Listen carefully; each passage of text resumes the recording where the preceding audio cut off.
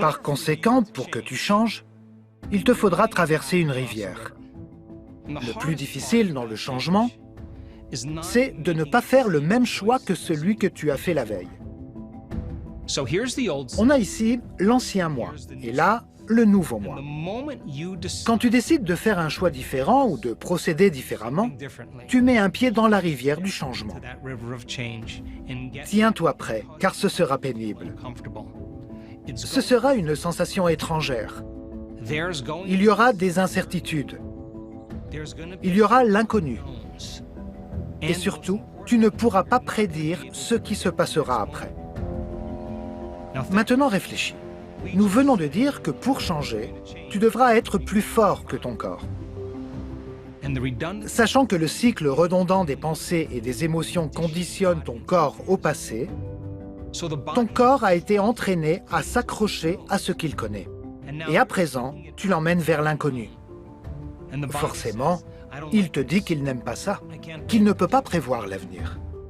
Il commence alors à influencer tes pensées. Et soudain, tu commences à subvocaliser, à entendre des voix dans ta tête qui te disent que tu devrais commencer demain, que tu ne changeras jamais, que tu ressembles trop à ta mère, que c'est la faute de ton ex, celle de ton patron, que ça ne rime à rien. La plupart des gens écoutent ces pensées comme si elles étaient vraies.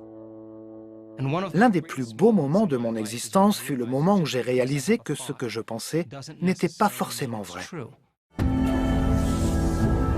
Pourquoi est-il si difficile de changer? Et pourquoi parlons-nous d'un avenir meilleur, d'un corps et d'un esprit plus sains, tout en étant souvent incapables de changer à un niveau plus profond?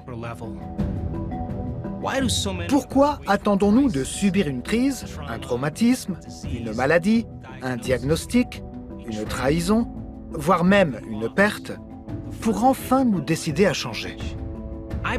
Nous pouvons apprendre et évoluer dans la douleur et dans la souffrance, ou dans la joie et dans l'inspiration. Quelle option choisiras-tu? Je suis le docteur Joe Dispenza. Dans l'épisode précédent, nous avons analysé l'activité du cerveau sur le plan scientifique. Maintenant, je vais te montrer comment le cerveau et le corps réagissent au changement et à quoi ressemble ce modèle biologique.